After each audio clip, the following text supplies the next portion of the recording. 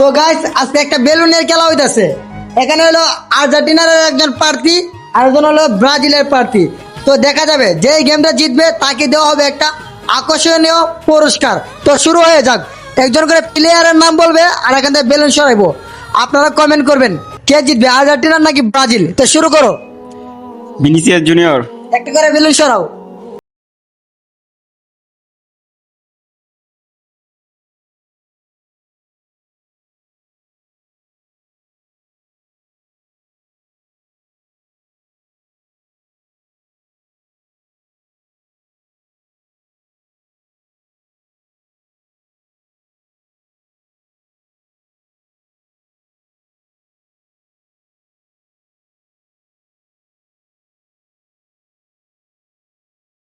দুজনেই কিন্তু কাউকে কেউ ছেড়ে দিচ্ছে না। তো আপনারা কমেন্ট করেন আর্জেন্টিনা নাকি ব্রাজিল জিতবে। রোনালদিনহো। ডেপল।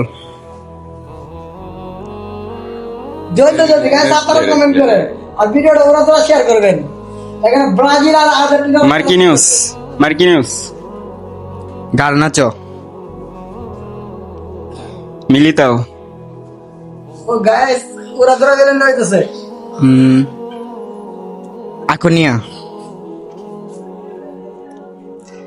এই কি আর পারবা না? ভুলে গেছি আমি। তো ব্রাজিলের ভাই আর মনে করতে পারতেছে না, তো তুমি কি আর পারবা? Emi Martinez. হ্যাঁ ওটাও। তারপরে আর পারবা?